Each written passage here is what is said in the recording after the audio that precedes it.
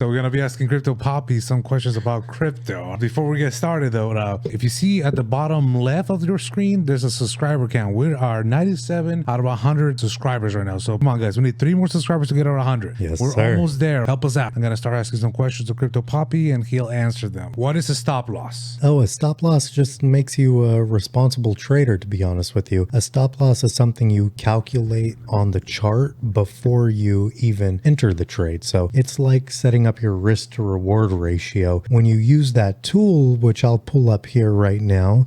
So if we're looking here on Bitcoin, we're on the weekly time frame. Let's go to a smaller time frame. Let's go to the daily.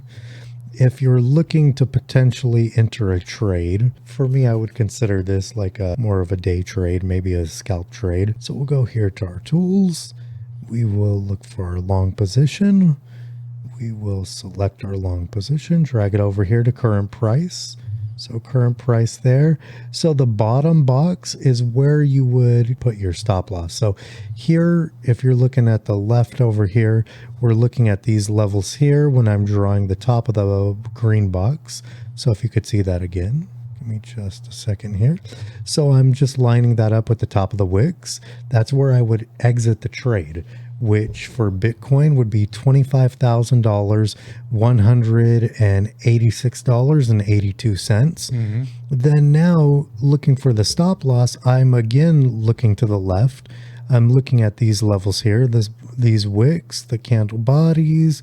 We have wicks here, candle bodies, and wicks. So now I would just look to the left. So I would just follow that with my eyes to the left-hand side. And I would say, you know what? I want to keep this trade nice and tight. So I'm looking at the red wick right here when I'm using this tool. Right here, that's the wick I'm looking at. Just a second. That's the wick I'm looking at. So if price goes below that wick by very much, I'll place it right below that wick here. And again, let me show you which wick I'm looking at here on July 1st, 2022. That's the wick I'm looking at when I'm setting up my stop loss. So that's where price would be. I would enter the trade at current price. Then my stop loss would be at $18,515.30. My take profit would be set at $25,186. And that's a stop loss, which I mean, really for every trade you're doing outside of your long-term holds, you would have a stop loss on. And sometimes it's a wider stop loss, sometimes it's a tight stop loss, just like this, because depending on the time frame you're looking at, like we're here on the daily time frame, if we switch over to the weekly time frame, look what that stop loss looks like. Look what that order looks like. It looks like nothing. We're not even taking it up to the, next fib level, to the 236. We're barely getting above the current trend line. So realistically, I mean, you would have this probably to the bottom of this red box, and now that's a little bit better of a little bit better setup. Let me adjust for the stop loss,